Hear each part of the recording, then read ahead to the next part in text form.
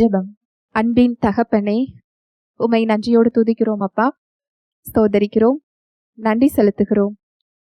உம்முடைய அன்புக்காக, உம்முடைய கிருபைக்காக, இரக்கங்களுக்காக நன்றி அப்பா. மனுஷன் அப்பத்தினாலே மாத்திரமல்ல, தேவனுடைய வாயிலிருந்து புறப்படும் ஒவ்வொரு வார்த்தையினாலும் பிழைப்பான் என்று எழுதியிருக்கிறதே. உடைய வார்த்தையினாலே நாங்கள் பிழைக்கிறோம், இருக்கிறோம், அசைகிறோம், வாழ்கிறோம். தகப்பனே நன்றி ராஜா. வாழ்வு தரும் உம்முடைய வார்த்தைகளுக்காக நன்றி. எங்களை நீர் பலப்படுத்துகிறதற்காக நன்றி. உடைய சத்தியத்தை நீர் கற்றுக் கொடுத்து கொண்டிருக்கிறதற்காக நன்றி அப்பா. தடைகளை, மனக்கடினத்தை இயேசுவின் நாமத்தினாலே அப்புறப்படுத்துகிறேன். எங்கள் தேவைகளை நீர் அறிந்திருக்கிறீர். வார்த்தையாக கடந்து வருகிறதற்காய் நன்றி செலுத்துகிறேன். என்னை முழுமையாக அர்ப்பணிக்கிறேன். இயேசுவின் மூலம் ஜெபிக்கிறேன் நல்ல பிதாவே, ஆமென். Praise the Lord. நன்றி இயேசுவே. தேவ அன்பை குறித்து நம்ம பார்த்துக்கிட்டு இருக்கிறோம். தேவ அன்பு நீடிய சாந்தமும் தயவும் உள்ளது. அன்புக்கு பொறாமை இல்லை. அன்பு தன்னை புகழாது, இருமாப்பாய் இராது. இருமாப்பாய் இராது அப்படிங்கிறது ஆணவம் கொள்ளாது, பெருமை கொள்ளாது அப்படின்னு அர்த்தம். இதுக்கு முன்னாடி உள்ள வசனங்கள் எல்லாம் நீங்க வாசிச்சு பார்த்தீங்க அப்படின்னா, நான் மனுஷர் பாஷைகளையும் தூதர் பாஷைகளையும் பேசினாலும் அன்பு எனக்கிராவிட்டால் சத்தமிடுகிற வெண்கலம் போலவும் ஓசையிடுகிற கைத்தாளம் போலவும் இருப்பேன். நான் தீர்க்க தரிசன வரத்தை உடையவனாயிருந்து சகல ரகசியங்களையும் சகல அறிவையும் அறிந்தாலும் மலைகளை பேர்க்கத்தக்க சகல விசுவாசம் உள்ளவனாய் இருந்தாலும் அன்பு எனக்கிராவிட்டால் நான் ஒன்றும் இல்லை. இந்த வசனங்களை வாசிச்சு பார்க்கலாம். இதுல பார்க்கும் பொழுது நம்ம அநேக இடத்துல பெருமை கொள்ளுகின்ற காரியம் இதுல இருக்கு. நான் மனுஷர் பாஷைகளையும் தூதர் பாஷைகளையும் பேசினாலும் அப்படின்னா, நீங்க அந்நிய பாஷை பேசினாலும் அன்பு இல்லாமல் பேசும் பொழுது அதுல அவருடைய வல்லமை வெளிப்படல. அதுதான் இந்த வசனம் சொல்லுது. சத்தம் இடுகிற வெண்கலம் போலவும் ஓசையிடுகிற கைத்தாளம் போலவும் இருப்பேன் அப்படின்னா, அது வெறுமன அது சத்தத்தை மாத்திரமே அது கொடுக்கிறது. அந்த பேசுகிற பேச்சு குரலை, ஒலியை மாத்திரமே எழுப்புகிறது, அதனால் பலன் இல்லை. அதுதான் இந்த வசனம் சொல்லுது. நான் தீர்க்க தரிசன வரத்தை உடையவனாயிருந்து, நம்ம தீர்க்க தரிசன வரம் நமக்கு இருக்குது. நான் ரொம்ப ஆவிக்குரிய வளர்ச்சியில நான் இருக்கிறேன், நான் அவரோட உறவுல இருக்கிறேன் அப்படிங்கிற அடையாளமா நம்ம பார்த்ததுல ஒரு பெருமை, ஆவிக்குரிய பெருமை இருக்கிறது. ஆனா அன்பு எனக்கு இராவிட்டால் அதனால் பிரயோஜனம் இல்லை. அதுதான் இந்த வசனம் சொல்லுது. சகல ரகசியங்களையும் சகல அறிவையும் அறிந்தாலும் மலைகளை பேர்க்கத்தக்கதான விசுவாசம் இருந்தாலும், ஆவிக்குரிய வளர்ச்சியில ஒரு பெரிய வளர்ச்சியில நாம இருந்து கொண்டிருந்தாலும் அன்பு இல்லை என்றால் அதின் பயன் ஒன்றுமில்லை. நான் ஒன்றுமில்லை, அவ்வளவுதான். வசனத்தோட அர்த்தம் அதுதான். அடுத்த வசனம் பாருங்க. எனக்கு உண்டான யாவற்றையும் நான் அன்னதானம் பண்ணினாலும் என் சரீரத்தை சுட்டரிக்கப்படுவதற்கு கொடுத்தாலும், நம்ம வச்சிருக்கிற எல்லாவற்றையுமே அன்னதானம் பண்ணினாலும், நம்ம சரீரத்தையே நம்மளால சுட்டரிக்க கொடுக்க முடியுமா? அந்த செயலை நம்மளால செய்ய முடியும். ஒரு கட்டாயத்திலேயோ இல்ல வேற வழி இல்லாமலோ நம்ம செய்ய முடியும். ஆனா அன்பு இல்லாமல் செய்கின்ற காரியத்தினால் பிரயோஜனம் இல்லை. அது எவ்வளோ பெரிய ஆவிக்குரிய வளர்ச்சியா இருந்தாலும் சரி, நீங்க எவ்வளோ பெரிய நல்ல செயல் செஞ்சாலும் சரி, நீங்க தேவனோட நெருக்கமா நிற்கிற ஒரு இடத்துல நீங்க நின்று கொண்டிருந்தாலும் சரி, உலக பிரகாரமா நீங்க ஒரு பெரிய ஒரு எல்லாராலையும் புகழப்படுகிற மதிக்கப்படக்கூடிய ஒரு பெரிய அந்தஸ்துல இருந்தாலும் சரி, அன்பு இராவிட்டால் அதில் பிரயோஜனம் ஒன்றுமில்லை. அதுதான் வசனம் சொல்லுது. இந்த பகுதியில நம்ம பார்க்க போறது, தேவ அன்பு பெருமையாக இருக்காது, பெருமை கொள்ளாது, ஆணவம் கிடையாது. இந்த பெருமை கொள்ளாது, ஆணவம் கொள்ளாது, அது பெருமையாக இருக்காது. இந்த சத்தியத்துல முதல்ல இந்த பெருமையோட இயல்பை நம்ம பார்ப்போம். அடுத்து அந்த தாழ்மை நமக்கு என்ன கொடுக்கிறது அப்படிங்கிறத நம்ம பார்க்கலாம். ஏன் பெருமையா இருக்கக்கூடாது அப்படின்னு சொன்னா நிறைய வசனங்கள் இருக்கு. தேவன் பெருமையுள்ளவர்களுக்கு எதிர்த்து நிற்கிறார், தாழ்மையுள்ளவர்களுக்கோ கிருபை அளிக்கிறார். அதுவும் யாக்கோபுல சொல்லப்பட்டிருக்கு. வாசிக்கலாம். யாக்கோபு 4:6. அவர் அதிகமான கிருபையை அளிக்கிறாரே, ஆதலால் தேவன் பெருமையுள்ளவர்களுக்கு எதிர்த்து நிற்கிறார், தாழ்மையுள்ளவர்களுக்கோ கிருபை அளிக்கிறார் என்று சொல்லி இருக்கிறது. அவர் அதிகமான கிருபையை அளிக்கிறாரே, ஆதலால் தேவன் பெருமையுள்ளவர்களுக்கு எதிர்த்து நிற்கிறார், தாழ்மையுள்ளவர்களுக்கோ கிருபை அளிக்கிறார் என்று சொல்லி இருக்கிறது. பெருமை உள்ளவர்களை அவர் எதிர்த்து நிக்கல, அவர்களிடம் உள்ள பெருமையை அவர் எதிர்க்கிறார். ஏனென்றால் இந்த பெருமையானது தேவனை செயல்பட விடாமல் தடுக்கின்ற ஒரு இடமாக இருக்கிறது. அதனால் அவர் பெருமையை எதிர்க்கிறார். யாரு ஒருவர் தாழ்மையா இருக்கிறாங்களோ அவர்கள் அதிக கிருபையை பெற்றுக்கொள்றாங்களாம். நல்லா கவனிங்களேன். கிருபை எல்லோருக்கும் ஒரே அளவுதான். ஒரே அளவுதான் அவர் சிலுவையில கொடுத்திருக்கிறார். ஒரு சிலருக்கு இந்த அளவு, ஒரு சிலருக்கு இன்னொரு அளவு அப்படிலாம் அவர் கொடுக்கல. எல்லோருக்கும் ஒரே அளவு கிருபை. ஆனா எந்த அளவுக்கு நம்ம தாழ்மையாக போறோமோ அந்த அளவுக்கு அந்த கிருபையை நம்ம பெற்றுக்கொள்ள முடியும். அந்த மெஷரிங் கப் நம்ம கையில தான். பெற்றுக்கொள்ளுகிற அளவு நம்ம கையில இருக்குதே தவிர அவர் கையில இல்லை. அந்த பெருமை அவர் செயல்படுகிற இடத்தை தடுக்கிறது. அவர் உங்களை உயர்த்தும் படிக்கு அவருடைய பலத்த கைக்குள் அடங்கி இருங்கள்னு சொல்லப்பட்டிருக்கு. அவர் உயர்த்தணும் அப்படின்னு சொன்னா அந்த இடத்துல நான் அடங்கி இருக்கணும், நான் தாழ்மையா போகணும். என்னுடைய ஞானத்தை அங்க உயர்த்தக்கூடாது, என் அறிவை நாங்க உயர்த்தக்கூடாது, என் பலத்தை நான் உயர்த்தக்கூடாது, என் சுயத்தை நான் உயர்த்தக்கூடாது. பெருமை அப்படிங்கிறது வேற ஒண்ணும் இல்லை, சுயத்தை முன்னிறுத்துவது, தன்னை முன்னிறுத்துவது, தன்னுடைய விருப்பப்படி அங்கு செயல்படுவது, தன்னுடைய விருப்பத்துக்கு அங்க முதலிடம் கொடுப்பது, தன்னுடைய ஞானத்துக்கு அங்க முதலிடம் கொடுப்பது. இந்த பெருமை தேவனுடைய கிருபை செயல்படுவதை அங்கு தடுக்கிறது. இன்னும் இந்த பெருமையை குறித்து சத்தியத்துல நிறைய காரியங்கள் சொல்லப்பட்டிருக்கு. நீதிமொழிகள் 16:18. அழிவுக்கு முன்னானது அகந்தை, விழுதலுக்கு முன்னானது மனமேட்டிமை. அழிவுக்கு முன்னானது அகந்தை, வீழுதலுக்கு முன்னானது மனமேட்டிமை. எவ்வளவு தெளிவா சொல்லப்பட்டிருக்கு பாருங்க. ஒருவரிடம் அகந்தை வரும் பொழுது, ஆணவம் வரும் பொழுது, பெருமை வரும் பொழுது தெரிந்து கொள்ளலாம் அழிவு நெருங்குகிறது, விழுந்து போகிறோம். அதனாலதான் அங்க மனமேட்டிமை வருகிறது.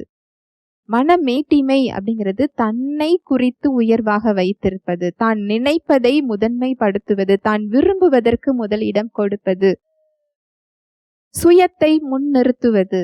இதுதான் பெருமை. இன்னொரு வசனம் பார்க்கலாம். நீதிமொழிகள் 18:12. அழிவு வரும் முன் மனுஷனுடைய இருதயம் இருமாப்பாய் இருக்கும், மேன்மைக்கு முன்னானது தாழ்மை. அழிவு வரும் முன் மனுஷருடைய இருதயம் இருமாப்பாய் இருக்கும், மேன்மைக்கு முன்னானது தாழ்மை. நம்முடைய இருதயம் இருமாப்பா இருக்கும்போது, பெருமையாக இருக்கும்போது தெரிந்து கொள்ளலாம் அங்க ஒரு அழிவு வரப்போகிறது, ஒரு இரக்கம் வரப்போகிறது. இரக்கம் அப்படின்னா சரிவு, விழுந்து போகிற ஒரு இடம் வரப்போகிறது. அது ஒரு இண்டிகேஷன். ரோட்ல எல்லாம் போகும்போது அங்க ரோட்ல வேலை நடந்ததுன்னா இங்கு பாலம் வேலை நடக்கிறது, மெதுவாக செல்லவும் அப்படின்னு சொல்லி ஒரு போர்டு வச்சிருப்பாங்க. அந்த ரோட்ல வேலை நடக்கிறதுக்கு ஒரு அறிகுறியாக ஒரு போர்டு வச்சிருப்பாங்க. நம்ம என்ன செய்வோம், வேகமா போகணும்னா கொஞ்சம் மெதுவாக கொஞ்சம் ஓரமா போய் நம்ம அந்த இடத்த என்ன செய்வோம், கிராஸ் பண்ணி போவோம் இல்லையா? அது போல அந்த பெருமை, அந்த இருமாப்பு, அந்த ஆணவம், அந்த மனமேட்டிமை வரும் பொழுது நம்ம தெரிஞ்சுக்கணும், ஒரு சைன், ஒரு அறிகுறி, அங்க ஒரு அழிவு வரப்போகுது, ஒரு சரிவு வரப்போகிறது. விழுந்து போகிறது வரப்போகுது அப்படின்னு தெரிஞ்சு அந்த இடத்த கிருபைக்கு நேராக திருப்ப வேண்டும். தேவனிடத்தில் ஒப்புவிக்க வேண்டும், சமர்ப்பிக்கணும். இல்லப்பா, எனக்கு இந்த பெருமை வேண்டாம். அவருடைய அன்பை கொண்டு அதை மேற்கொள்றதுக்கு அவரை சார்ந்து கொள்ளணும். வசனம் தெளிவா சொல்லுது, அழிவு வருமுன் மனுஷருடைய இருதயம் இருமாப்பா இருக்கும், மேன்மைக்கு முன்னானது தாழ்மை. நம்ம எல்லாருமே மேன்மை வரணும்னு நினைக்கிறோம், ஒரு உயர்வு வரணும்னு நினைக்கிறோம். ஆனா அது தாழ்மையா இருக்கும் பொழுதுதான் வருதான். ஹல்லேலூயா, பிரைஸ் தி லார்ட். இந்த பெருமையை குறிச்சு அநேக இடத்துல சொல்லப்பட்டிருக்கு. அழிவுக்கு முன்னானது மேன்மை, பெருமை அது விழுதலுக்கு நேரா நம்மளை கொண்டு போகுது, தாழ்மை தான் மேன்மைக்கு நேரா வழி நடத்துது. சத்தியம் நிறைய இடத்துல சொல்லுது. இந்த பெருமைன்னா என்ன, அது எப்படி இருக்கும் அப்படிங்கிறத, அதோட ஒரு சில இயல்பை நம்ம பார்க்கலாம். பெருமை அப்படிங்கிறது ஆணவமா பேசுறது, தன்னை உயர்த்தி பார்க்கிறது, கர்வம் கொள்றது மாத்திரம் பெருமை இல்லை. இதெல்லாம் பெருமைன்னு சொல்லி நமக்கு தெரியும். அது மாத்திரம் பெருமை இல்லை, அதுவும் பெருமை தான், ஆனா அது மாத்திரம் பெருமை இல்லை. சுயத்தை எங்கெல்லாம் முன்னிறுத்துகிறோமோ அதுவும் பெருமையே. பெருமை அப்படிங்கிறது சுயத்தை கொண்டு வருகிறது. நல்லா பாருங்க, தேவன் பாவியை எதிர்த்து நிற்கிறாருன்னு சொல்லப்படல. வசனம் சொல்லுது அவர் பாவத்தை வெறுக்கிறார், அவர் பாவத்துல பிரியப்படுகிற தேவன் இல்லை அப்படின்னு சொல்லப்பட்டிருக்கு. ஆனா அவர் பாவியை வெறுக்கிறாருன்னு எங்கேயுமே சொல்லப்படல. அவர் பாவத்தை வெறுக்கிறாரே தவிர பாவியை அவர் நேசிக்கிறார். ஏன்னா மனிதர்கள் எல்லோருமே பாவிகளாதான் இருந்தோம். அவர் நம்மை நேசித்ததினால் அவர் இறங்கி நமக்கு ஒரு மீட்பை கொடுத்திருக்கிறார். ஆனா அவர் எதிர்த்து நிற்கிற ஒரே இடம் பெருமை. பாவத்துக்கான ஒரு தீர்வு சிலுவையில கொடுக்கப்பட்டாச்சு, அதுக்கான தண்டனையையும் அவர் செலுத்தி முடித்து விட்டார். அதை சரி செய்ய வேண்டும் என்றாலும் அதற்கான கிருபையும் நமக்கு கொடுக்கப்பட்டிருக்கிறது. ஆவியானவர் நமக்குள் இருக்கிறார். இதை நீங்க அறிந்து கொண்டீங்கன்னா பாவத்தை நீங்க மேற்கொள்ள முடியும். அவர் எதிர்க்கிற ஒரே காரியம், அவர் பெருமையை எதிர்க்கிறார். ஏன் தெரியுமா? அந்த பெருமை இருக்கிற இடத்துல தேவனால் செயல்பட முடியாது. அவர் செயல்படாமல் அந்த இடத்தை அவரால் சரி செய்ய முடியாது. அதனாலதான் அவர் பெருமையை எதிர்க்கிறார். இந்த பெருமை என்ன செய்யும் அப்படின்னா, மற்றவர்கள் சொல்வதை அது கேட்காது, லிசன் பண்ணாது. ஏனென்றால் அவர்களுடைய நம்பிக்கை, அவர்களுடைய எண்ணங்கள், அவர்களுடைய பார்வையில் அவங்க நினைக்கிறது தான் அவங்களுக்கு சரியா இருக்கும். அது தனக்கு தெரியும் என்ற எண்ணம், இதுதான் சரி என்ற எண்ணம், இதுதான் எனக்கு முடியும் அப்படிங்கிற ஒரு எண்ணம், இதுதான் எனக்கு நல்லது என்கின்ற எண்ணம். இது ஒரு பெருமையின் வெளிப்பாடுதான். இப்படிப்பட்டவர்களுக்கு சத்தியத்தை நம்ம எந்த அளவுக்கு தெளிவாக சொல்லி கொடுத்தாலும் சரி, ஆதாரத்தோடு சாட்சிகளோடு சத்தியத்தை நாம சொல்லி கொடுத்தாலும் சரி, அவர்களுடைய அந்த சுயம், அந்த சுய நலம், தன்னை அங்க முன்னிறுத்துறது, அந்த ஆணவம் அவர்களுடைய கண்களை குருடாக்கி வைத்திருக்கும். அந்த சத்தியம் அவர்களுக்குள் செல்லாது. சத்தியம் செல்லவில்லை என்றால் வெளிச்சத்தை அவங்க எப்படி பார்க்க முடியும்? ஜீவனை அவங்க எப்படி பெற்றுக்கொள்ள முடியும்? கிருபைய அவர்கள் எப்படி பெற்றுக்கொள்ள முடியும்? அங்க சுயம் மேலோங்கி நிற்கிறது. சத்தியம் அவங்களுக்கு புரியாது, அது அவங்க ஏற்றுக்கொள்ளவே மாட்டாங்க. எனக்கு தெரியும் அப்படிங்கிற எண்ணத்தோடு அது அங்கு முடிச்சிருவாங்க. நான் இது நிறைய உதாரணங்களோட என்னால சொல்ல முடியும். நிறைய பேரோட வாழ்க்கையில நான் பாக்குறேன், எனக்கு இப்படி நடந்திருக்கிறதே, எனக்கு ஒரு அநியாயம் இப்படி நடந்திருக்கிறதே, எனக்கு இவங்க தீங்கு செய்யறாங்க, எனக்கு இவங்க எதிராக இருக்கிறாங்க. இந்த இடத்துல சத்தியத்தின்படி என்ன தீர்வு என்றால், அதுல எனக்கு அப்படிங்கிறத விட்டுட்டு அவர் என்ன சொல்லுகிறார் அப்படின்னு தாழ்மையா அதுல போகும்போது அவங்க கிருபையை புரிந்து கொள்வாங்க. எப்படி தெரியுமா? நம்முடைய போர் மாம்சத்தோடும் இரத்தத்தோடும் இல்லை. நம்முடைய போர் மனிதர்களுக்கு எதிரானது இல்லை. அவரை அறியாத மனிதர்கள் மூலமாக, இல்லை என்றால் விசுவாசிகளாக இருந்தாலும் சாத்தானுக்கு இடம் கொடுக்கின்ற மனிதர்கள் மூலமாக அவன் வரதான் செய்வான். அது அந்த மனிதர் இல்லை, எனக்கு எதிராளி பிசாசானவன் என்று தெரிந்து கொண்டு, அதுல தேவ அன்பை கொண்டு, அவருடைய விசுவாசத்தை கொண்டு அந்த நபரை பார்க்கும் பொழுது அங்கே கிருபை வெளிப்பட ஆரம்பிச்சிடும். இதுதான் சத்தியம். நிறைய சாட்சிகளை நாங்க பாக்குறோம். என் தனிப்பட்ட வாழ்க்கையிலையும் பாக்குறேன், நான் ஊழியத்தின் பாதையிலையும் பாக்குறேன், என் கூட இருக்கிறவங்க வாழ்க்கையிலையும் நான் பாக்குறேன். ஆனா இந்த பெருமை உள்ள ஒரு சிலர்கிட்ட என்னால அதை சொல்ல முடியல. அது என் கூடவே இருந்தாலும் என்னால சொல்ல முடியல. ஏனென்றால் நான் இவ்வளவு பெரிய பாதிப்புல இருக்கிறேன், எனக்கு இவ்வளவு பெரிய அநியாயம் நடக்குது, அவங்க கரெக்டா இல்ல, நான் கரெக்டா இருக்கேன், நான் கரெக்டா தானே இருக்கிறேன், நான் சரியா தானே இருக்கிறேன், நான் உண்மையா தானே இருக்கிறேன், எனக்கே அவங்க உண்மையா இல்ல, இப்படி அவங்க ஜட்ஜ் பண்ணி வைத்திருக்கிறதினால், தன்னுடைய உணர்வுகளின் மூலம் தன்னுடைய சுயத்தை அவங்க முதன்மைப்படுத்துறதுனால, பெருமை எப்பொழுதுமே தன்னோட வியூல தான் அது பார்க்கும், தனக்கானதை தான் அது பார்க்கும், தனக்குரியதை தான் அது முதல்ல அது தேடும். அப்படி தன்னுடைய சுயத்தை அவங்க மேல கொண்டு வரும் பொழுது அந்த சத்தியம் அவங்களுக்குள்ள போக முடியவில்லை. அந்த சுயம் அதை தடுக்கிறது. அங்க சுயம் அங்கு மேலோங்கி நிற்கிறது. சத்தியம் அவர்களுக்கு புரியல. அதை தாழ்மையா கேட்டாதான் சத்தியம் புரியும். சத்தியம் எல்லாருக்கும் புரியாது. அதனாலதான் சத்தியம் சொல்லுது, சத்தியத்தையும் அறிவீர்கள், சத்தியம் உங்களை விடுதலையாக்கும். சத்தியத்துல விடுதலை இருக்கு, உண்மைதான். ஆனா அதை அறிந்து கொள்றவங்க தான் அந்த விடுதலையை பார்க்க முடியும். எல்லோரும் இல்லை. எல்லோரும் சத்தியத்தை கேட்கிறார்கள், எல்லாரும் விடுதலையை பெறுகிறார்களா? இல்லை. அதை அறிந்து கொள்ளுகிறவர்கள் விடுதலையை பெறுகிறார்கள். எல்லோரும் அறிந்து கொள்ளுகிறார்களா?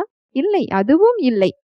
யார் ஒருவர் சுயத்தை ஒதுக்கி வைத்துவிட்டு தாழ்மையாக, தேவன் இதுல என்ன சொல்லுகிறார், அவர் வார்த்தை என்ன குறிச்சு என்ன சொல்லுது, சத்தியம் என்ன சொல்லுதுன்னு அவங்க தாழ்மையா அந்த சுயத்தை விட்டுட்டு வரும்போதுதான்,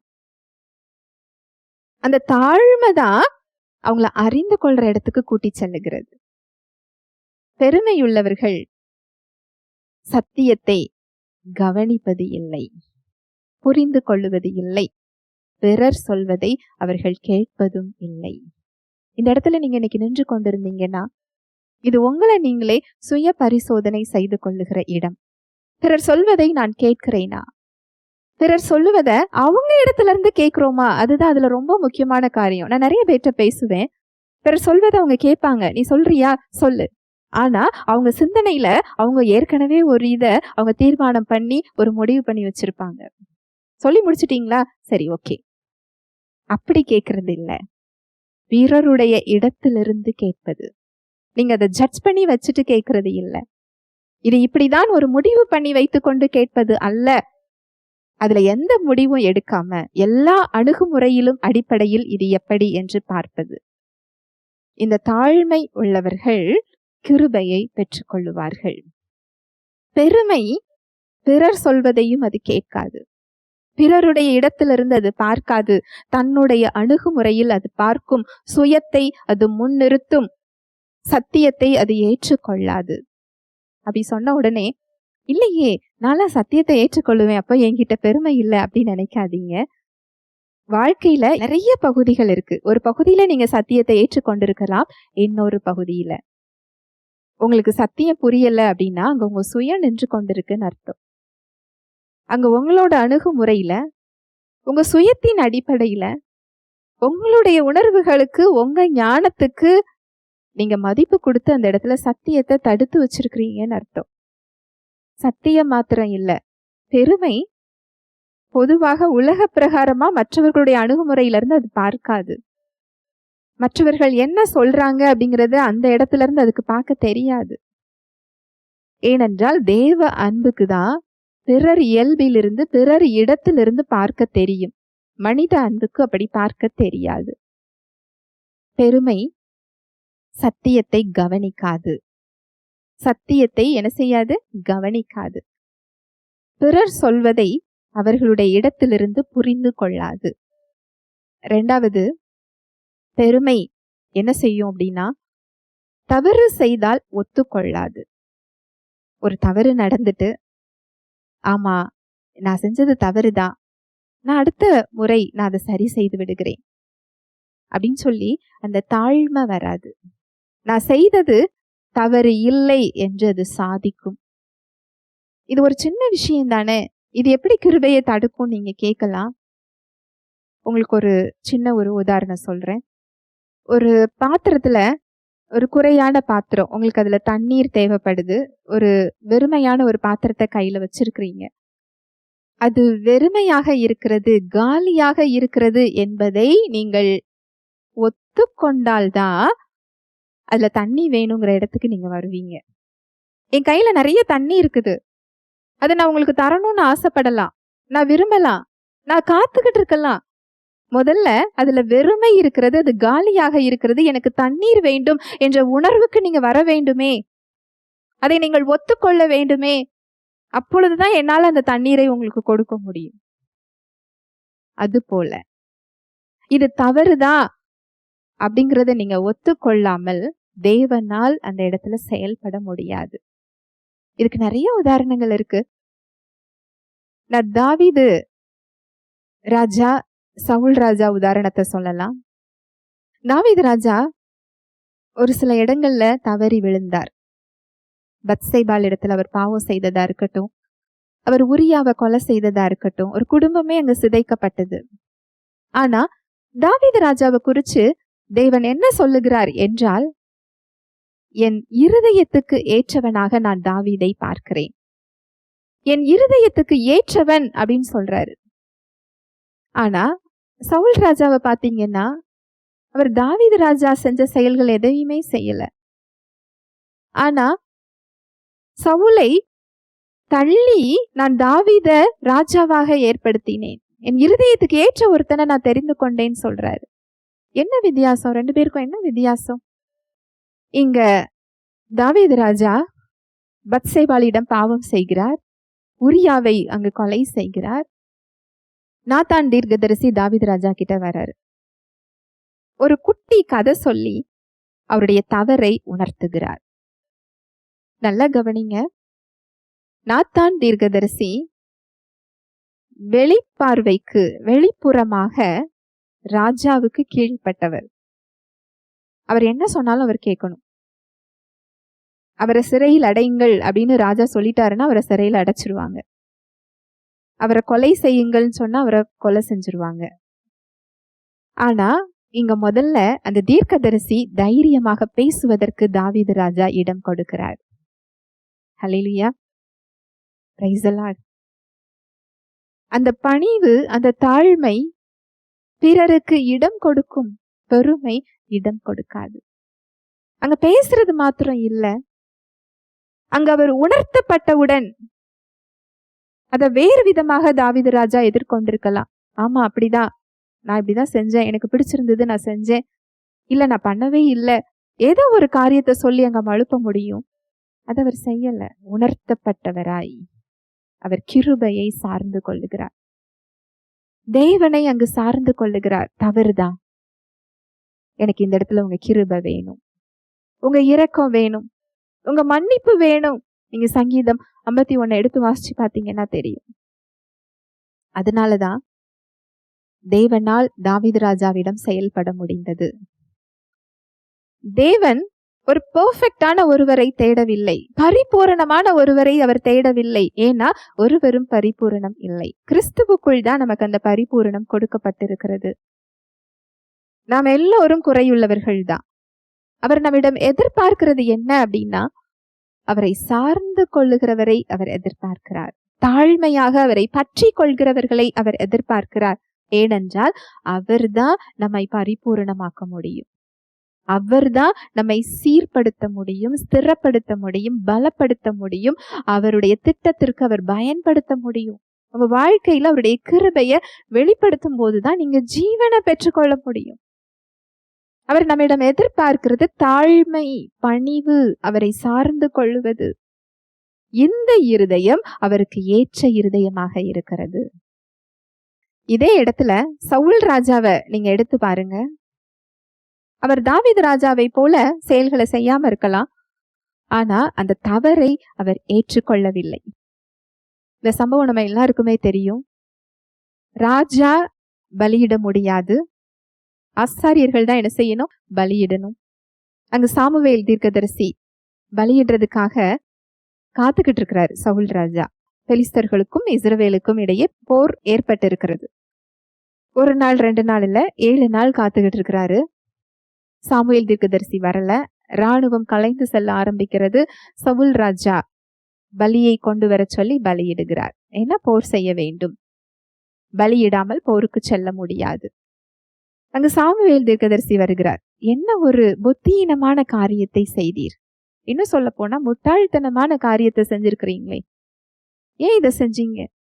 தேவனுக்கு கீழ்ப்படிதலை காட்டிலும் உங்களுடைய பலி பெரிதாகி விட்டதோ? அவர் உங்க பலியே இல்ல, அவர் காளை எருதின் ரத்தத்தை இல்ல, உன்னோட கீழ்ப்படிதல் அவர் விரும்புகிறார். உடனே அதுக்கு சவுல் ராஜா சொன்ன பதில் என்ன அப்படின்னா, தவறுதான், நான் பலியிட்டுட்டேன், நான் தேவனை சார்ந்து கொள்றேன், அந்த இரக்கத்தை நான் பெற்றுக்கொள்றேன், அந்த கிருபையை நான் பெற்றுக்கொள்றேன் அப்படின்னு சொல்லி அவர் தேவனை சார்ந்திருந்தால் சம்பவம் வேறவாக இருக்கும். ஆனா அங்க அவர் சொல்றது என்ன சொல்வார் அப்படின்னா, ராணுவம் கலைந்து சென்றது, மக்கள் கலைந்து போனாங்க, எனக்கு வேற வழி தெரியல, அதனால நான் இதை செஞ்சேன். அந்த பழிய இன்னொருவர் மேல் போடுவது. பெருமை தன் குற்றத்தை ஒத்துக்கொள்ளாது. இவர் செய்ததினால் நான் இதை செய்தேன், அவர் செய்ததினால் நான் இப்படி இருக்கிறேன், நான் இந்த இடத்துல இப்படிதான் இருக்க முடியும், என்னோட சூழ்நிலை அப்படி சூழ்நிலை மேல் பழி போடுவது, கூட இருக்கிறவர்கள் மேல் பழி போடுவது, தன் இயலாமையின் மீது பழி போடுவது. பழிய இன்னொருவர் மேல் போடும், குற்றத்தை அது ஒத்துக்கொள்ளாது. பெருமை குற்றத்தை, தவறை ஒருபோதும் ஒத்துக்கொள்ளாது. நல்லா கவனிங்க, அந்த வெறுமையான பாத்திரம் தான் உங்க ஞாபகத்துக்கு வரணும். நீங்க குற்றத்தை, தவறை ஒத்துக்கொள்ளுவது அந்த வெறுமையான பாத்திரத்துல அவர் கிருபையை ஊற்றுவதற்கு வழிவகுக்கும். நீங்க ஒத்துக்கொள்ளவில்லை என்றால் எப்படி அந்த கிருபையை பெற முடியும்? எப்படி அந்த இறக்கம் அந்த இடத்துல வெளிப்படும்?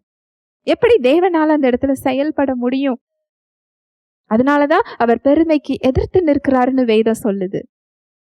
ஹல்லேலூயா, பிரைஸ் தி லார்ட்.